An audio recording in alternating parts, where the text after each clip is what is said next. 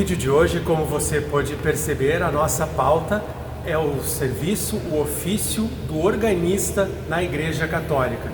E o meu convidado é o professor Marcelo Vicentini, organista da paróquia São Pedro. Marcelo, obrigado por ter aceito o convite para a gente bater um papo. Obrigado pela gentileza do convite também. Prazer, poder expor para as pessoas o que é o trabalho que às vezes as pessoas não veem, O pessoal vem na igreja, tá lá embaixo, nós estamos aqui no coro, no andar elevado do templo, Então as pessoas que estão lá embaixo muitas vezes não têm ideia do que acontece aqui, nos bastidores praticamente da igreja, Nós estamos gravando aqui na paróquia São Pedro de Porto Alegre. E Marcelo, é a tua paróquia onde tu toca e onde tu completou 46 anos como organista, 46 anos agora no sábado do domingo de Ramos, Casualmente essa semana passada, hoje, nós estamos na terça-feira após o domingo de Ramos, na Semana Santa, casualmente. Para ter completado 46 anos como organista, tu começaste bastante jovem, Eu queria que tu contasse como é que surgiu esse teu interesse pelo órgão, pela música.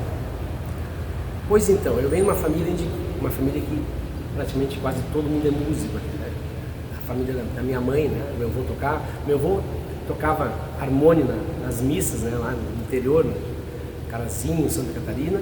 A minha mãe sempre gostou de música, estudou música, foi uma grande pianista, E colocou todos os filhos a estudar música, E eu comecei estudando piano quando era pequeno, E naturalmente, depois já estudava piano quando eu entrei no Colégio São Pedro, da mesma paróquia aqui no bairro Floresta, em Porto Alegre, E entrei para o coral. No coral, como eu tocava piano, me pediram para tocar, ser um dos instrumentistas do coral, O coral tinha um órgão eletrônico e eu tocava no coral, no órgão, acompanhando o coral, Nesse meio tempo, isso eu tinha 6 para 10 anos, Nesse meio tempo a paróquia tinha um órgão menor e resolveu fazer uma ampliação, e esse é o órgão que está aqui atrás, Então, isso aí em volta dos anos 75 até 80 por aí, 79 na realidade. E aí, terminada a ampliação do órgão, foi uma ampliação custosa, demorada, O órgão praticamente duplicou de tamanho do que ele era antes, Terminada a ampliação do órgão, perceberam que faltava uma coisa importante: o organista. Só isso.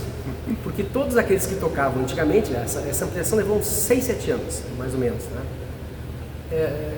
Durante todo esse tempo, os organistas que tocavam deixaram de tocar, mudaram de paróquia. Na verdade, basicamente eram 2 religiosos, um irmão marista e uma freira franciscana, que foram transferidos, E a igreja ficou, sem organista. Acéfala de organista, E aí, um belo dia lá, estou lá em casa, toco o telefone, era o Monsenhor Fontana, que era um pároco famoso, foi um pároco muito famoso aqui durante 20 e tantos anos. Atílio Fontana. Monsenhor Atílio Fontana, uma belíssima pessoa, Liga lá para casa lá, e eu vejo meu pai no telefone, conversando. Pois é, moço, vou falar com ele. Eu, de quem estão falando, Termina a ligação, o pai para mim, o Monsenhor pediu para tu passares na igreja. Isso tu era adolescente. Isso eu tinha 13 anos de idade. Pré-adolescente. 13 anos de idade. E aí, eles faziam o quê? Terminaram de montar o órgão, só que agora não tem quem toque, e aí ele quer ver o que precisa, assim assado. Isso era Semana Santa, antes da Semana Santa. Aí eu vim um dia de semana aqui, olhei, sentei aqui, me espantei, porque acostumado com piano, o piano é completamente diferente do órgão, porque dá para ver que o órgão tem 2 teclados, tem pedaleira, a estrutura, a mecânica, o modo de trabalhar é bem diferente do piano. Aí eu fiz uns barulhos, umas confusões aqui, mas gostei. Gostou da coisa. Aí no dia seguinte eu vim para cá. Aí ele diz assim: se tu quiseres, vem aqui, eu vou te colocar em contato com a irmã Jocélia.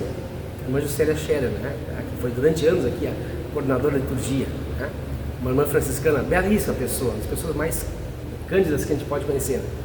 E aí eu vinha, uma sexta-feira, a irmã Jocélia, daquele jeito assim, bem simpática, ela vinha: trouxe uma pastinha com todos, nós vamos usar na missa no sábado, acho que era domingo, cara, na missa do domingo, né? Digamos assim, eu disse, mas nós quem, mano? Assim, não, tu não vais tocar na missa? Não, mas como assim, né? Eu nunca tinha pego um instrumento, nunca, um órgão, né? Não, mas aí tá, eles saiu comigo assim, e eu toquei a primeira missa assim, no domingo de Ramos, né? Tá? E saiu meio daquele jeito que foi, mas foi legal.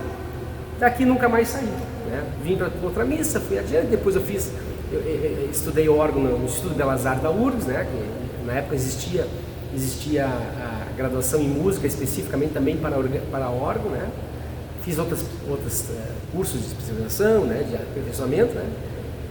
E estou aqui há 46 anos, né? Daqui 4 anos, se eu estiver ainda por aqui, vamos ter uma festa legal dos 50, né? Se Deus quiser. E Marcelo, daí tu começa a tua trajetória como organista, tocando na liturgia, na missa, e quando é que entra também em tocar em casamentos? Pois então, casamento é uma coisa interessante, né? Como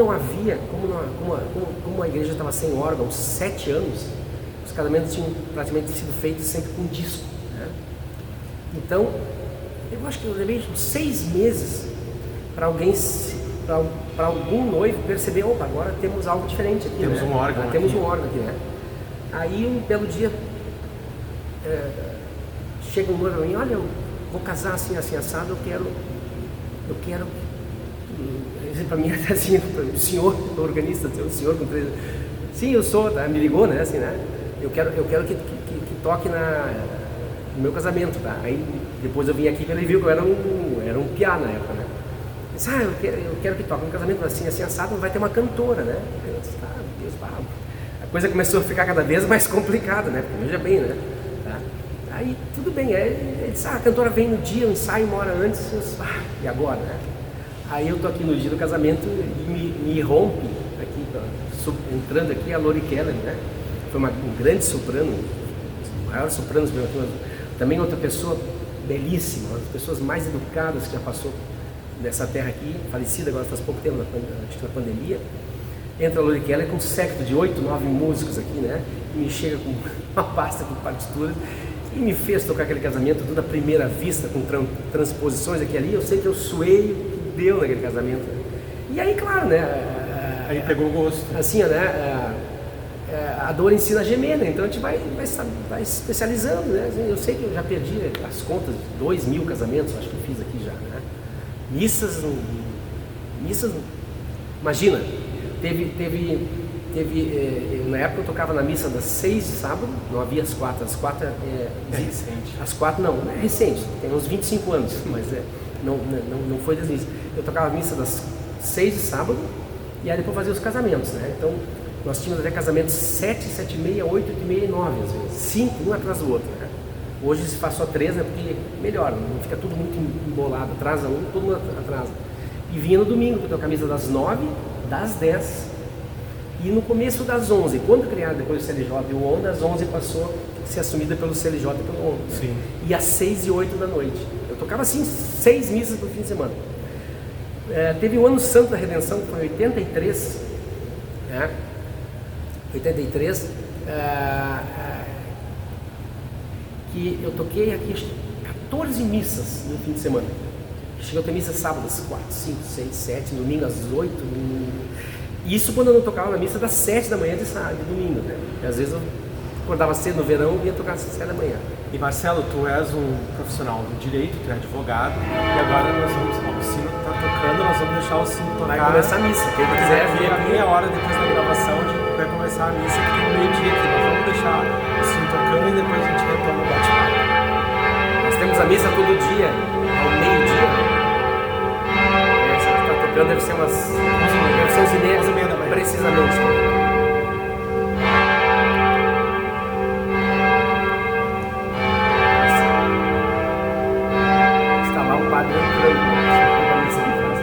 Nós estamos aqui em cima, a gente enxerga toda a igreja, né? Dá pra ver que aqui tem um espelho aqui atrás, né? Isso. E nesse espelho que eu fico de costa pro altar, dá pra poder ver o que acontece, tem um espelho. Esse aqui eu pego o altar e esse aqui eu pego os cantores que ficam aqui, cantor, coral, né? onde é que nós estávamos então? Marcelo, eu queria agora... Assim, o que é que eu faço mais? Não. Nós vamos agora legislar em causa própria. Falei que tu é advogado, né? Como é diferente uma missa que tem um órgão, né? Eu não sei explicar, mas assim, quando eu entro numa missa que tem um órgão, independente de qual seja a igreja, em outra cidade, ou mesmo aqui em Porto Alegre, eu sinto que aquela missa é diferente. O que o órgão traz esse fascínio? Eu sou suspeito de falar. Por isso que a gente está legislando em causa própria, né? Sou totalmente suspeito de falar. Ele falou que eu sou advogado, na verdade, a minha profissão base é advocacia. Eu fui professor de Direito muitos anos na PUC e na URGS, né? Mas basicamente eu sou, né, advogado. E isso aqui eu faço hoje, né, com um momento assim de, né, aquela pausa dos horrores da vida, a gente vem para a música, né?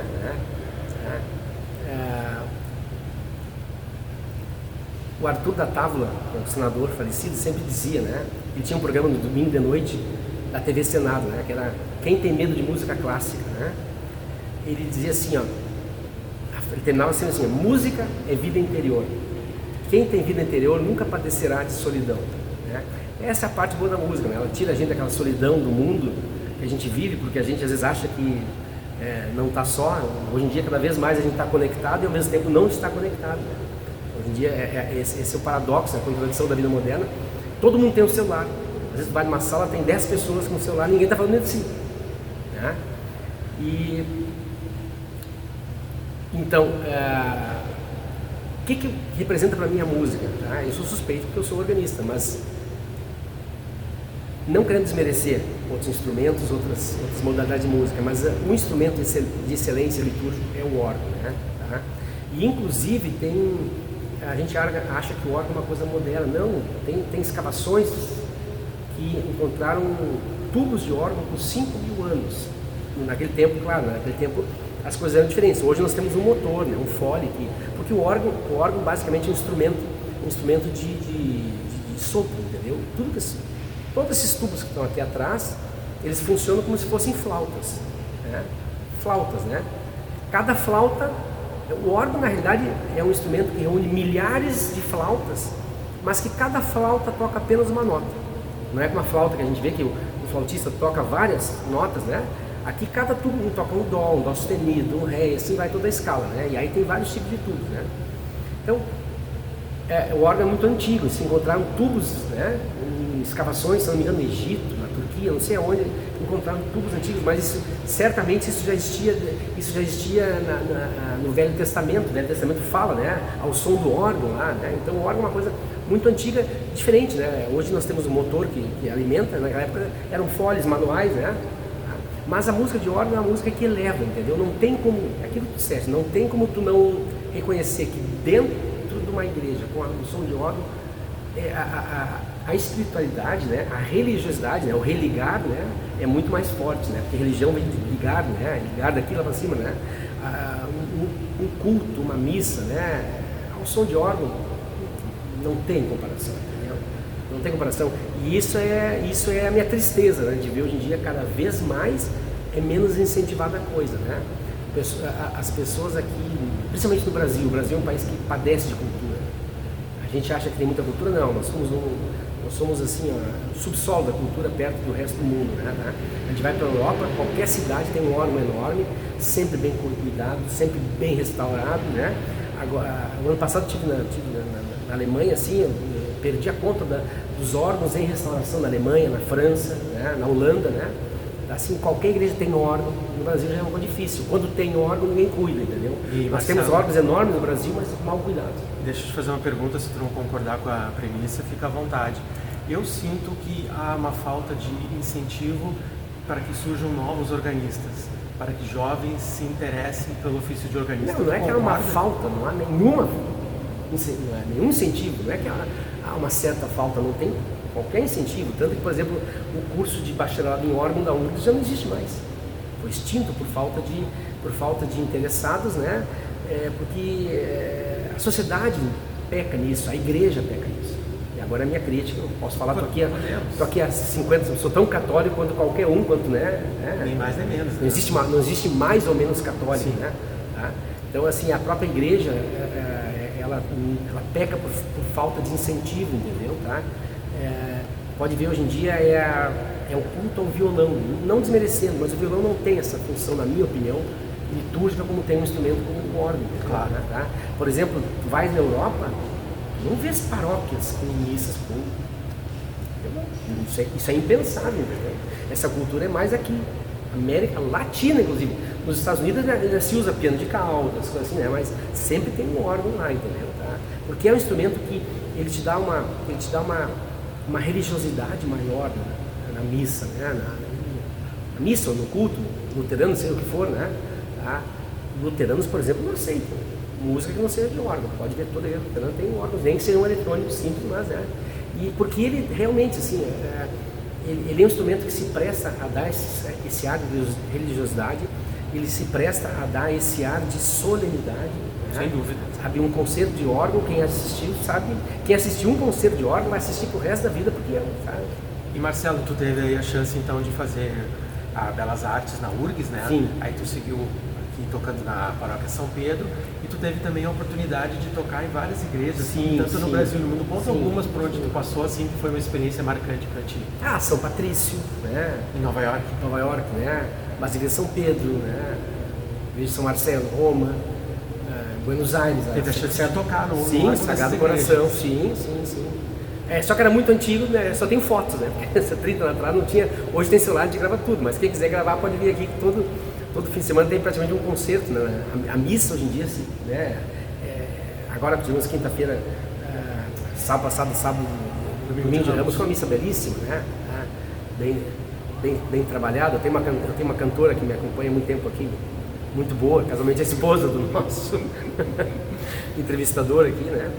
E, claro, Catedral de Braga, por exemplo, toquei um tempo atrás com o pessoal da PUC, esse até tem um videozinho, um órgão belíssimo, todo revestido de ouro. Então, assim, o que acontece? Eu viajo muito, né? E, claro, a gente quando viaja, o que a gente faz, né? A gente busca aquilo que gosta. E quando eu viajo, eu estou sempre entrando em igreja, assistindo órgão. E quando eu posso, eu vou lá falar com o organista. Aí, claro, aí tem aquela palhinha, né? Sim, toca aqui um pouquinho, né? E aí ele pergunta, não quer tocar uma missa? Vamos lá, né? Tá? Então, mas basicamente, a minha paróquia, entre aspas, é Porto Alegre. Né? Então eu toco na São Pedro há 46 anos e ajudo outras paróquias. Eu ajudei muito tempo na Catedral Anglicana, na Andradas ali, né? Tá? Ajudei um bom tempo também ali na igreja Santa Terezinha, dos Carmelitas, né? Atualmente estou ajudando um pouco também na igreja Auxiliadora, né? O organista do doente lá e o padre pediu. Mas assim, ó, o meu posto chave é aqui na São Pedro, né? A missa de sábado às 4 horas, né? Essa que eu toco normalmente, né? Primeiro e segundo sábado. Agora a gente vai ficando velho, né? Aí o padre vai nos dando uma folga, né? Então a gente foi reduzindo o ofício, né? Então eu chegava a tocar 7, 8 missas, agora eu toco uma por fim de semana, 2 aqui ali, né? E Marcelo, para quem daqui a pouco se interesse por música clássica, música litúrgica e tenha essa vontade, esse despertar de aprender a tocar órgão, qual caminho tu recomenda para uma pessoa? Aqui no Brasil tá ralado. Não, ainda tem alguma coisa. Ainda se consegue. Eu gosto de dar um choque térmico, né? Mas assim, não é como na Europa. Tu tem uma escola de órgão em cada cidade. Tu tem Nova York, por exemplo, tem a Juilliard School, tem outras, a Universidade de Nova York tem curso de música e com órgão, e com órgãos na própria universidade, entendeu? Tá? Aqui na São Paulo, URGS não tem órgão, né? Então tu tem que estudar ali em órgãos emprestados, né? Tá? Por exemplo, a USP agora conseguiu uma coisa muito interessante, né? Ela comprou um órgão enorme, né? Instalou numa capela, instalou numa igreja luterana, né? Aliás, não entendi porquê, né? Porque eles queriam instalar na Catedral da Sé, por essas coisas que ninguém sabe porquê, não deixaram. Mas é um órgão sem um órgão, né? Sim. Então, assim, mas aqui em Porto Alegre nós estamos meio ruim, né? Tem algumas professoras, assim, né? Que eu sei que são de forma particular, tipo a minha amiga, das melhores organistas, que é a Anne Schneider, né? Tem o professor Darcy Freihaupt de São José, né? A Anne da Martin Luther, né? Mas assim, não há mais curso formal de órgão, como havia um bacharelado em órgão na URGS, né? Tá? Tem em São Paulo, tem tem na do Rio também tem. Né? Mas o que daqui a pouco acontece é que as pessoas vão ter que buscar por iniciativa própria. É a tal história, se o sujeito hoje quer ser um organista, e aí a outra faceta do organista, né? Viver como organista, tem que ir embora daqui. Foi por isso que eu não pude me dedicar a ser um organista, né, de concerto, né, porque eu teria que sair do Brasil, né, e eu queria ficar nas bases aqui da família, né, tá? Então eu não saí, porque se eu quisesse ter uma vida de concertista, eu teria que ir embora do Brasil. Europa, Argentina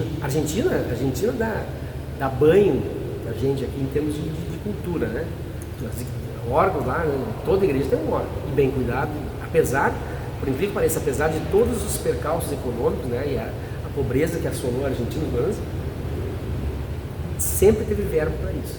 A gente está encerrando o bate-papo aqui com o Marcelo, eu queria te agradecer já de antemão, e eu queria que tu deixasse, assim, para quem está nos acompanhando, algumas dicas, assim, de músicos que tu acompanha, ou músicas que tu gosta de ouvir, assim, que tu considera, assim, que são exemplos de beleza, assim, falando, claro, em âmbito de igreja. Músicos de igreja, músicos modernos. O que tu gosta? Bom, os clássicos, né? Temos Bach, né? A música de órgão não tem, né? Buxtehude, né? Temos Handel. Agora, que casamento está olhando agora? Semana Santa, né? Se usa, tem a obra O Messias de Handel, né? Usam muito o Aleluia de Handel, né? Mas os músicos, de modo geral, nós estamos mal de músicos no Brasil disso, né? Claro, temos as orquestras, mas não temos praticamente músicos que se destacam, não sei, né? Mas pode citar uma orquestra, por exemplo. Sim, né? A não ser os grandes pianistas, né? Mas assim, músicos de órgão, assim, praticamente ninguém se destaca aqui no Brasil, né? Nós temos, claro, tem a Amy Schneider, localmente, né? Tem uma professora de Minas também, o nome dela é Elisa, daqui a pouco volta, né? Aí tem os de fora, né? Tem os de fora, o americano tem um monte, né? Na Europa tem bastante, assim, mas assim, em termos de músicos, assim, de mas órgão, esses da Europa e dos Estados Unidos vale a pena acompanhar para quem gosta. Tem, vai no YouTube e acha muita coisa de órgão. Bota órgão, vai aparecer assim, ó, centenas, né, de organistas e fazendo concertos bonitos, né? Tudo em igreja, praticamente. Né? Marcelo, muito obrigado aí pela oportunidade de ter esse bate-papo sobre o ofício do organista na Igreja Católica. Espero que você tenha gostado desse bate-papo. Considere aí se inscrever no canal, compartilhar este vídeo com seus familiares, seus amigos, pessoas interessadas no tema da música, no tema da liturgia da Igreja Católica. Um grande abraço, fiquem com Deus e até a próxima.